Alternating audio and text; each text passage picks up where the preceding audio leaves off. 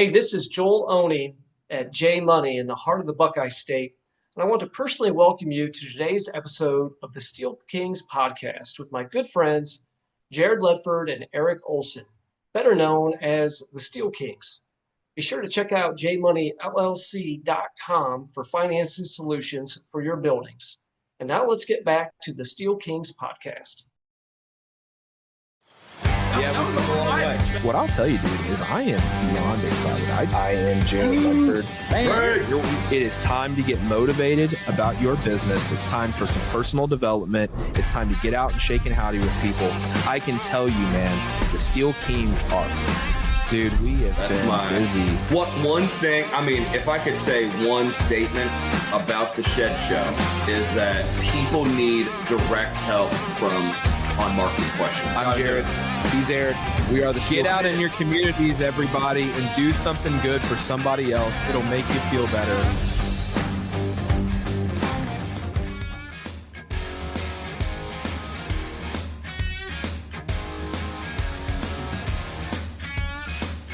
Helps if I unmute you guys. Hey, what's up, guys? This is Jared, and this is the Steel Kings podcast. Welcome to another episode with me this week. Eric is out on assignment, so I am going to be riding this one solo. But we're going to jump right into it. As always, big thank you and shout out to the guys over at J Money. If you need any help with your marketing and financing needs, getting on those steel buildings, getting on those roofs, getting on those pools, the financing help comes from the folks at J Money. They will help you out.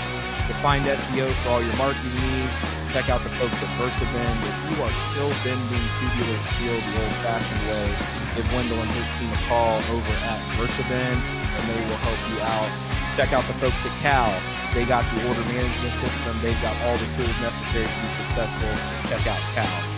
We're going to jump right into it, guys, as always. Another week down, another week towards the holidays. I hope you guys are doing well. As we start getting into the Thanksgiving rush, the Christmas rush, just joking, it's slowing down, right?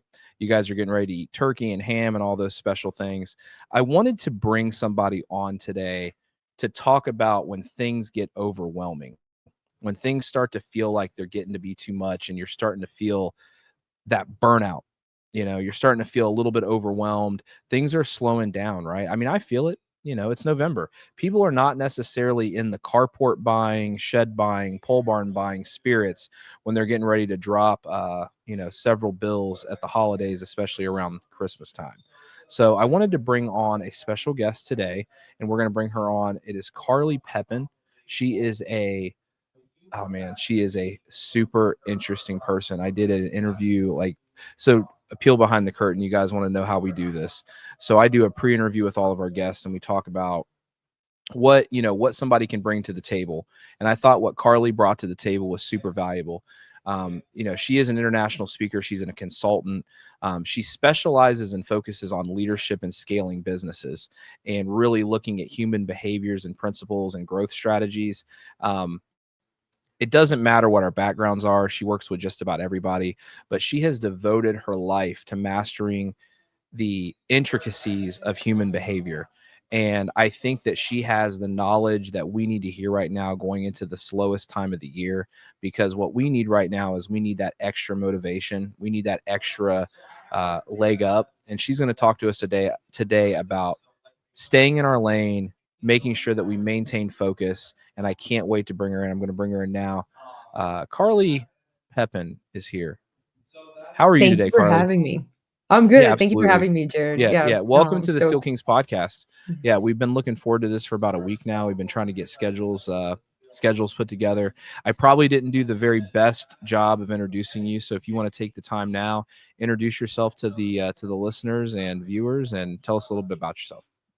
Yeah, no, thank you. It was also excellent. I appreciate it. But super simple. So I'm a business coach and I also am a human behavior specialist. So to me, the two and two go hand in hand. Whenever we're building our business, we're also building ourselves. So just being able to, like you said, like get through the overwhelm, the burnout, the other emotions that can really take over our day-to-day in business can be really helpful. And then just diving into the business strategy as well. That just helps us to grow and maintain and build what we'd love to build. Mm-hmm. I think specifically for us, so we were talking a little bit before we started the podcast, right, about We're in the industry of selling sheds, metal buildings, and pole barns. That's specifically the audience you're talking to today. And it gets to a point where there's probably 7 or 8 months of the year that I would consider to be a peak season, right? Mhm. Probably starting around March and ending sometime in October. We still, we always can trickle in sales November, December, January, and February, but that March to October tends to be kind of the focal point for most of our listeners. Um, Mhm. we talked a little bit about when burnout begins. Can you tell us about how you interact with different leaders in different organizations and different people in different industries to focus on how to counteract burnout on the onset? For sure. Yeah. So when we think about burnout, burnout doesn't actually occur because we're working too hard or we're doing too much. So if you think about the things that you love doing the most, right? Something that really inspires you. And I sat you down and said, you're going to do this all day long. Do you have the energy for it? You'll be like, yeah, of course. Not only do I have the energy for it, but I feel like I can create energy simultaneously while I'm doing it because I love it so much. And no matter how tired I am, I'm just going to keep going, right? So it's a really interesting dynamic to see us as humans and what we can actually do. And the truth is that when we burn out, it's not because again we're doing too much. We're doing too much of what we don't actually enjoy, what doesn't inspire us, the things that are not fulfilling and have no meaning attached to it according to like what's important to us. So that's why it's really important like when we think about burnout, I like to work with someone and lay out how they're spending their day, right? Like, what are the things that you spend your day on? And when I look at what they spend their day on, it's like, okay, well, what are the things that you don't need to be doing that you can delegate, right? These low end kind of jobs, tasks that are unnecessary for you to be doing. Cause usually I'm working with like the founders or C suite executives and stuff and owners. And Sure. so they can delegate a bunch of stuff. And then also on there, it's like there might be something you don't want to delegate. Maybe something that is technically considered on the lower scale of the job and a lower pay scale than you're getting, but also something you love, right? Like I was working with specifically a roofer, right? And we were looking at as he's building a company, he's delegating more and more.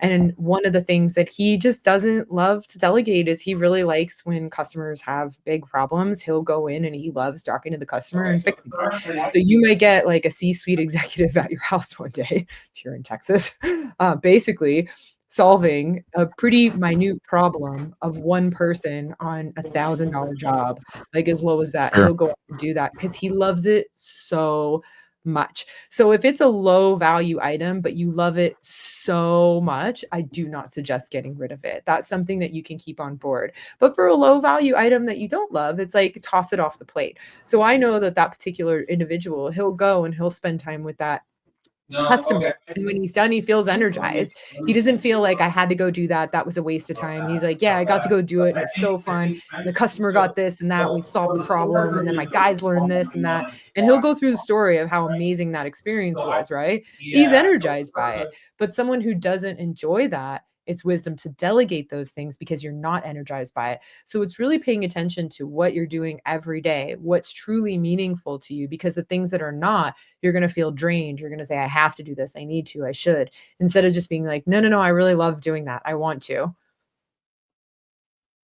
I think that that's a super high level note for people in this industry specifically, because what I find a lot on my particular, let's talk about my particular task list. There are certain things in my day that I have a hard time delegating that I probably should. And I think really sitting down, so I talk to my guys and gals about like A1, A2, B1, B2 priorities, trying to balance all of those in a specific day. And I think for those of us out there, specifically on the manufacturing side of things, if you're sitting in a seat and you're the owner of a company, there are probably some things that you could afford to not be doing that are draining your utility. And that's kind of what you're focusing on here, is finding the why behind what you're doing in the first place. If you've built your business from the ground up and you've gone from the smallest of small to a medium size, maybe you're on the cusp of being a big size company, you have to start delegating those tasks to those underneath of you to make them better at what they do, so you can be better at what you do. Is that kind of a fair top down assessment?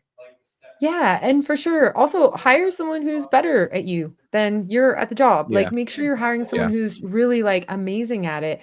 You want to hire someone that can replace you. So hire the best of the best for that particular Yeah. position. And remember as well, like if you're hiring the best of the best, they probably are going to love what they do. You don't become amazing at what you do without loving it.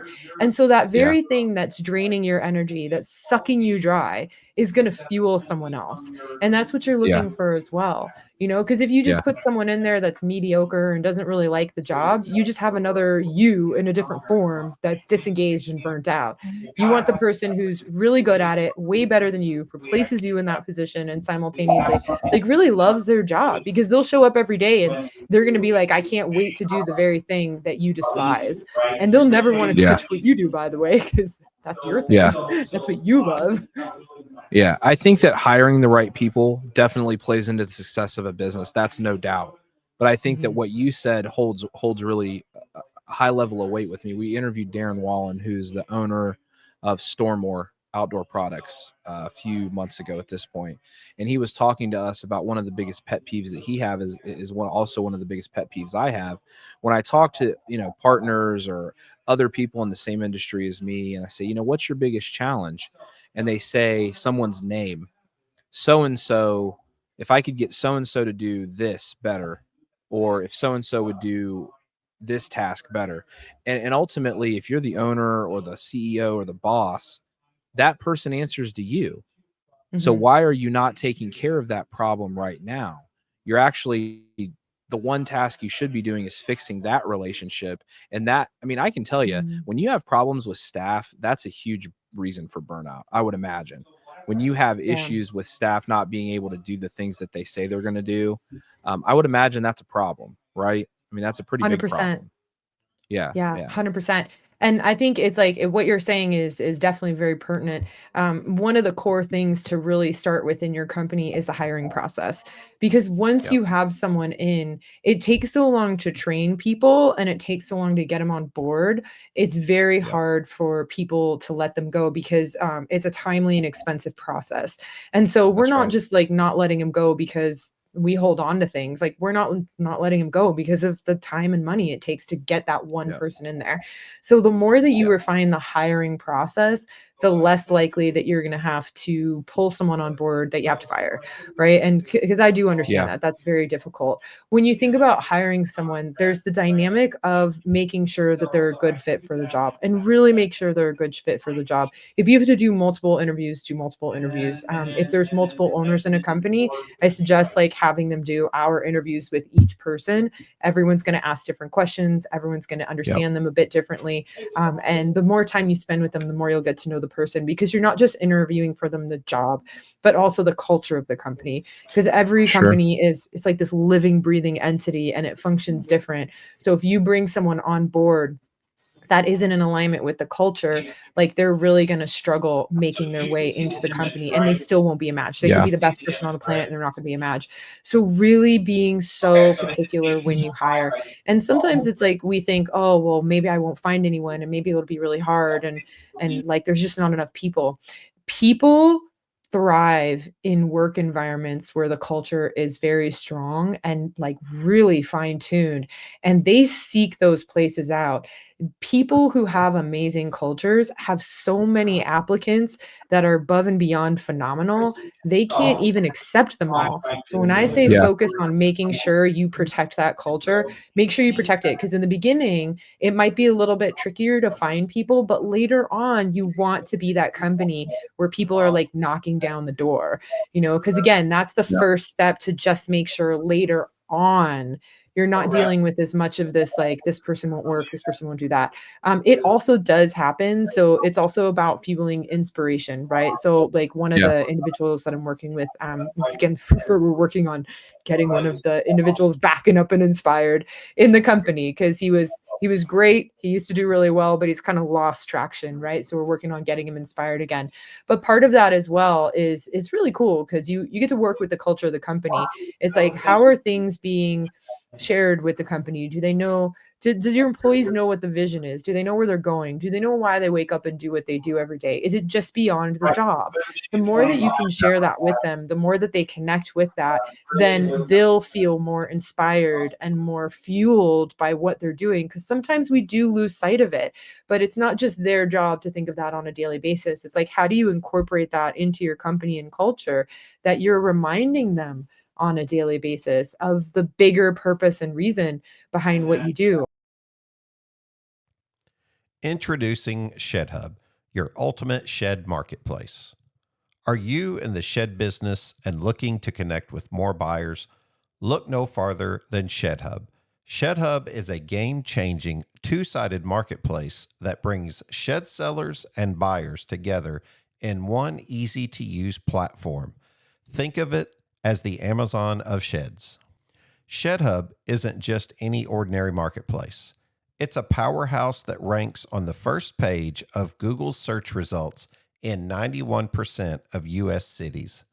With over 1.2 million impressions on our website last month alone, ShedHub is where you want to be to showcase your sheds to a wider audience. And here's the best part. For a limited time, you can join our exclusive Next 500 plan for just $39 per month. Simply head over to geek.shedhub.com to sign up and start attracting more shoppers to your shed listings. As the Shed Geek, I am here to endorse ShedHub and invite you to join me on this journey to boost your shed business. Whether you're struggling with website visibility or simply want more eyes on your product, ShedHub has got you covered. Don't miss out on this opportunity to supercharge your shed sales. Visit geek.shedhub.com today and make your mark in the shed industry with ShedHub. We've talked about defining mission statements and core values and how important that is for a business that's starting out. And just because you're not a new business doesn't mean if you don't have a mission statement and core values, go back and address that and set them in stone and make sure that everyone works in agreement. I talk a lot about being in one accord and really being in agreement with one another. We talk about that a lot on the podcast because I feel like that's the biggest struggle is, and you wrote this down, when you're doing everyone else's job, no one's doing yours. And what you find is that if you haven't defined that core value, that mission statement, and then you haven't defined to each employee what their core task is to better the betterment of the entire organization, right? And in this case, if you're a shed manufacturer and you have a hauler, for example, that's not doing the best work that he can do, and it's log jamming the process, whether it be unloading, loading, whatever that process is, it's not your job to do anything other than correct and then maintain that correction. It's not your job to go out and to deliver the buildings. That's the thing we have to come, get over in our minds. We have to understand as the leaders of our businesses that we are responsible for the results of our employees and our partners. And we can't go fix every single problem. What I oftentimes found myself doing a year or two ago was I felt like I was in a boat that had leaky holes, and I'd go around, I was trying to fix every single hole slowly but surely. And what you find is you can't fix all the holes yourself. You really have to work with the others, because if you've got 10 people in that same boat and they're managing one hole, their job is to manage that one hole, keep it spackled, keep it covered, keep it floating. That's the idea here, is that you are the one in control of the people on the boat. It's not your job to go do their job. That's a big part for me. I can tell you right now, if I have my staff optimized, doing the things that they're supposed to do, my stress level comes way down, because I can then focus on the growth agent or whatever it is.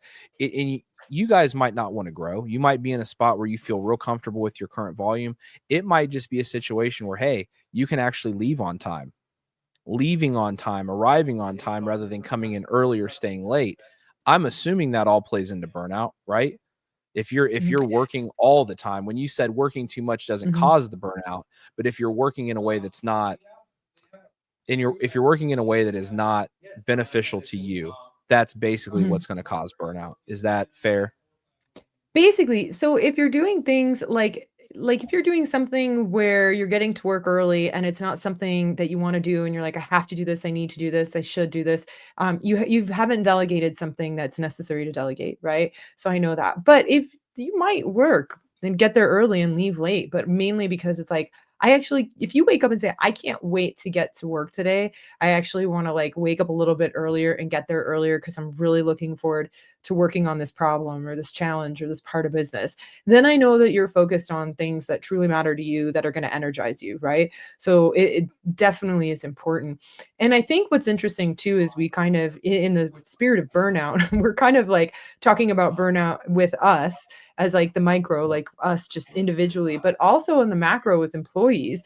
Because it's like you're Yep. saying, like if they're not engaged, your employees might also be burnt out. So it's That's now right. asking these quality questions of like, why are they burnt out? Why aren't they doing their job? Do I have a wrong hire? Am I not sharing? Yeah. Is there no connection to the culture and what they're doing? Are they not inspired? Are they overwhelmed? Like, do I not have Yeah. systems in place, structures? And so Yep. it's funny because it's like, I love how it kind of just dove into not just solving burnout for ourselves, but also for our employees because they are the thing that make you thrive. Yeah. Like, any That's right. successful business owner I've ever met just has so much gratitude for their employees. They say, "I can't do it That's without right. 'em. I can't do it without 'em." Yeah. You're asking these people that could do anything in the world more often than not, especially when it comes to sheds, metal buildings, and pole barns. We're hiring people that have skill sets outside of those areas. And we're asking them to come and do a task for us every day. We're asking them to be there and be part of this and be in agreement with us to be successful and bring the business forward, whether that be getting revenue through sales, whether that be swinging a hammer, driving nails, building a shed, whether it's putting together a carport building, whether it's hauling material to a job site. There are so many things that go into the success of what makes our individual businesses, sheds, steel buildings, pole barns, all of that successful. I think that what I see a lot, and another thing you touched on in our pre-interview was burnout is often the consequence of being indispensable. And what I feel personally, for myself here at Dayton Barnes, or some of my guys at Five Rivers, or with the marketing, whatever it is, I feel like if I fell off the face of the earth, the businesses need to be successful and continue to operate in my absence. And I think that so many people that are listening to us right now, Carly, are struggling with that idea. If they Mhm, become indisposed, or for whatever reason become unavailable, now all of a sudden the business that they've built their lives building may not be there in the wake of that unavailability. Is that, mhm, I mean, that hits it on the head. I mean, that's why I come to work every day super motivated to do what I do, because I want to make the team around me better and make them get to a point, and a goal that we've said, and I've said this on the podcast, I want Dayton Barnes specifically to operate in my absence. My mhm, goal, my one goal, is for Dayton Barnes and all steel buildings to make sure that the employees get paid, that we get buildings sold, customers are happy. But I want Dayton Barnes to thrive on its own. I want the mhm, business to be able to absolutely do what it does in my absence all day, every day. And I think mhm, that that one motivating factor keeps me currently from burning out, no matter how mhm, hard I have to work. But again, it gets back to, you have to ask yourself why. Why are you doing it in the first place? Setting that mhm, goal, setting that mission statement. I mean, tell me a little bit more about being indispensable. Because I think mhm, that if you're a CEO, or you're the owner, you're the boss, you oftentimes feel like the business runs around you. And mhm. really, it shouldn't be that way. Mhm. It does and it doesn't, in essence. Yeah. You like, it will, but you also don't want it to. I completely agree with you. No matter what size your company is, I highly, highly suggest considering, like, how would you sell it? How would you sell your company? And the reason why it's really important to think about selling a company, even if you don't plan on selling it, it's going to make you focus on your cash flow. It's going to make sure that you're not just focused on, oh, I have revenue, revenue, revenue, revenue, right? Like profit, profit, profit. But like, what's your actual cash flow look like? Like, do you have liquidity? Like, during the slow time, like, do you feel safe and secure? And do you have money to pull out constantly? Or are you stressed out and you're lower income during that time? Like, I really want to know the health of your business and the core of where it's at. Can you walk out the door? If you sold it, could someone else just take it over and have a successful company? Because remember, we don't just sell companies, we sell companies based on their valuation. And depending on the industry, you get X amount of the valuation.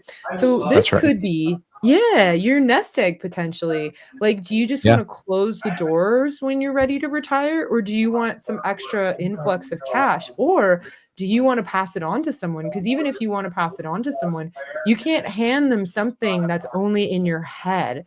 You have to Yeah. hand over something Yeah. that they can manage, that they can function. So no matter what you're planning on doing with the business, if you just want to shut it down and all this work, and I know how much work it takes to build a business, run a business, manage a business, grow a business. If you just want to shut it down and all that work you're doing right now, not get any like compound interest on it, you do it. That's fine. But I really invite you to appreciate what it takes for you to do what you do and consider an exit of some way, shape, or form part of the success of compound interest for you in this company, in this business. And part of that Yeah. is making sure that it runs without you. Because the more it Yeah. runs without you and the better you get at that, the amazing thing is the more that you have the opportunity one day to literally step out and pass it on to someone else. Again, whether you're selling it or whether you're passing it on to one of your kids, friends, anyone you want to. I talked to someone recently and they're actually passing it on to their employees, right? But he Sure. said it. He's like, I don't need to be here anymore. The business manages itself. So he's That's able to right. do that. Yeah. The other really important thing about that, oh, go for it. No, I think that's one of the core values in entrepreneurship, right? Is that you want to keep building things. The idea here is that when you're a true entrepreneur, you don't necessarily get stuck in one lane.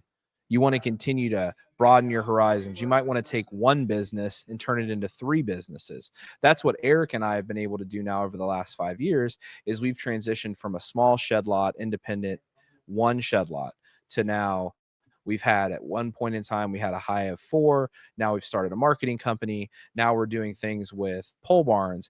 It gives us additional verticals and avenues that we never would have expected otherwise, being in Mhm. that entrepreneurial spirit.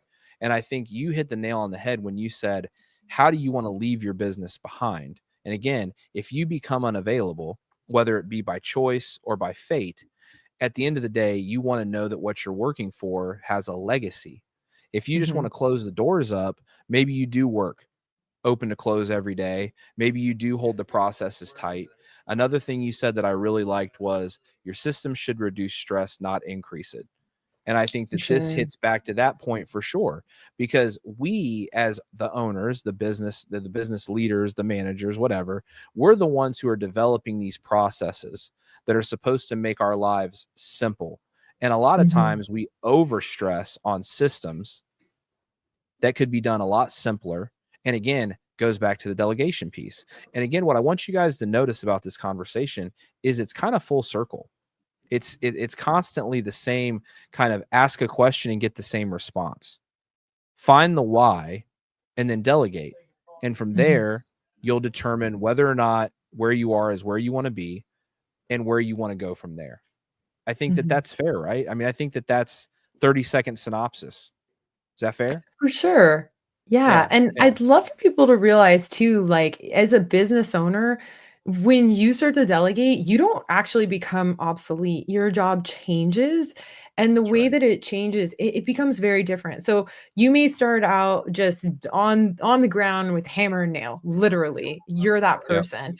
Then you're starting to hire those people, and then you're a manager, right? And now all of a Yep. sudden you become a leader because you're leading the managers who are now hiring those people who are hand and nail, right? Hammer and nail. And you keep moving up. You become a general manager, you become a regional manager, you become sometimes a statewide manager. I've talked to people who are now global managers, and all of a Yeah. sudden now you're a CEO. But everything that you're doing, you're actually still just as busy. You're just not holding the hammer and the nail anymore. You have a That's right. different hammer and a different nail, and you're usually thinking about the future of the company. You're thinking about the future of the business, what it looks like, what your next steps are. Are you guys innovating? You're solving these different bigger problems. You might be collaborating with different people.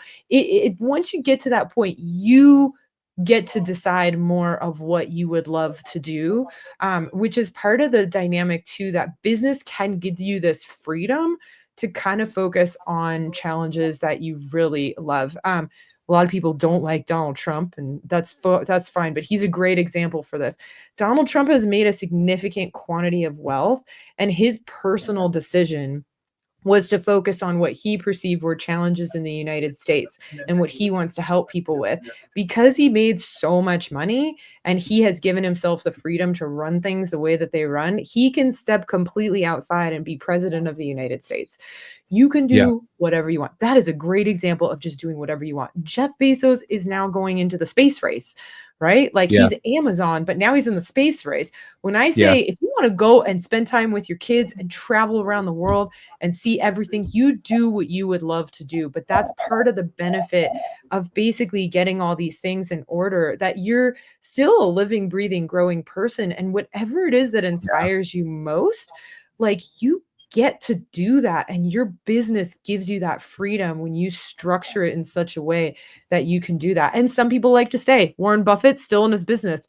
He's still Yeah. chilling and hanging out and running that thing until the day he dies. Yeah. You can do whatever you want to do if you build it in a way that it is stable and structured. And I think that's the most important thing for people to realize, is that it gives you a level of freedom and all that work you put in. By the way, this That's is your right. That's payoff. right. This is your Yeah. payoff, and you I liked earned I liked it. the compound Yeah. interest. I like the compound interest.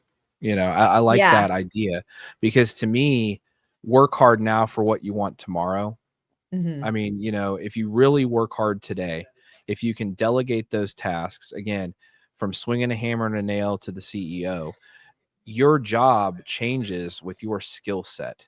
The better Mhm. you do at each individual task that you perform requires more on the opposite side if you really want to advance. I know a lot of folks who have started as a small time manufacturer for a shed company and now own their own businesses manufacturing sheds. And they employ, the thing we talk about, Carly, a lot is, how many people do you feed? Yeah. That's a common question that I get from our friends in the plane community a lot is, you know, how many people do you feed? How many people Mhm. are affected by the day-to-day operations of your business? And from Mhm. that point, when you're the business leader, the owner, the CEO, whatever you are, you're determining people's livelihoods all the way down to your lowest level employee, to the brand new hire that you haven't even hired yet. You're going to Mhm. affect their ability to earn and their ability to eat. And that's what Mhm. most people want. They want a job where they can go and they can feel happy and safe, and they can Mhm. make the money that they desire to make, and hopefully Mhm. over time advance that position to make more Mhm. money, which ultimately doesn't always lead to more happiness, but it certainly doesn't hurt. It does not Mhm. hurt to make more money and be more talented. So I can tell you, this has been a really, really good conversation with you, Carly. I want to wrap it up, but I will tell you this. Um, Give the audience a breakdown on what you do, how they can contact you, all of these things, and we'll probably have you back. I mean, I think you're a valuable enough guest that we can probably have you back, maybe sometime next year, and talk more. I think there's so much more that we can dive into. You're in a space that not a lot of people get to see when they're in the industry that I'm in. And I thought that Mhm. your vision and your approach to things was very valuable to the people that listen to this podcast. But tell us, just in closing, where people can contact you, how we can get a hold of you, and what you can offer to our listeners. Yeah. No, thank you. This was really inspiring. I have a feeling we could go on for a really long Yeah, time. yeah, Yeah, for for sure. sure. So they could find me at westcoastgrowthadvisors.com. And yeah, so I work with business owners, and basically what we'll do is sometimes it's business owners, sometimes it's the executive team, but usually the owners like to get involved. And we'll dive into the vision of the company, we'll dive into the mission, vision, purpose. We'll make sure it's infused in there. Make sure you understand what it is. If you have a general understanding, we refine it, make sure we dive deeper there. And we make sure that there's all the strategies in place to get to the other side while focusing on the leadership qualities within ourselves, making sure we're doing this like personal development work to ensure that you are really living a fulfilling life. Like, to me, business is a catalyst and a gift to give us the opportunity not to just get locked down in something and feel like a day-to-day grind, but to really create it in such a way that we can grind, feel inspired, and simultaneously like accomplish whatever else you have in yourself. Like, I don't know what that is. Every person is unique. So there's a heavy focus on the business and making sure it thrives and has cash flow, profitability, all that fun stuff. But then simultaneously, like, we want to make sure that the people are really taken care of. Yeah, yeah. Mhm. And I thought that was really, and I'm glad you said everything that you just said, because I wanted to jump on it if you didn't. It's not very often that you get a chance to talk to somebody that's from outside your industry specifically that can bring value to your business. And I'm sure that Carly would love to talk to you more about this. Like she said, westcoastgrowthadvisors.com. Check her out on LinkedIn. I'm sure she's just a Mhm. connection away. Feel free to reach out to me if you need contact information as well. But I would encourage you all to give Carly a shout. Connect with her on LinkedIn, reach out to her website, and really give yourself the opportunity to do better going into 2026. We're kind of on this mission now, to really start building towards having the best year you've ever had in 2026. And I know that some people had a really good 2025. Some people didn't have such a great 2025. If you're sitting back and you think, man, I could benefit from some more talking or some more information from what Carly had to share today, she's an open book. That's the best part about Carly that I can tell you, is that she's here to help you. And anybody Mhm. that's here to help you with your business, and is certainly a phone call or a LinkedIn connection away, feel free to do that, because I think it will benefit your business. Carly, do you have anything for us as we finish up? Thank you. I really appreciate it. And yeah, I would love to hear from Absolutely. people so they can reach out to me directly. Absolutely. But I really appreciate this. I think that this was an inspiring call. Yeah, absolutely. Mhm. Absolutely. I can tell you, get out in your community and do something special for somebody else that will make you feel better. Thank you to everybody who's been helping us out at the Steel Kings. Check out thesteelkings.com for all the up-to-date information from us. Spotify, Apple Podcasts, YouTube. Give us a subscribe, give us a like. We will be at you next week with another episode of the Steel Kings Podcast. I'm Jared, and this week is Carly. So we will see you next week, Eric and I, for another episode of the Steel Kings Podcast. We'll talk to you guys soon. Have a great week, guys. Peace out. Before you go, the J Money team wants to thank you for listening to today's Steel Kings podcast. Remember, money is king, and if you need a financing option on your portable wood sheds or steel buildings, we are here to help. Just check us out at jmoneyllc.com for more information. And don't forget to catch the next episode of the Steel Kings podcast, and have a great day.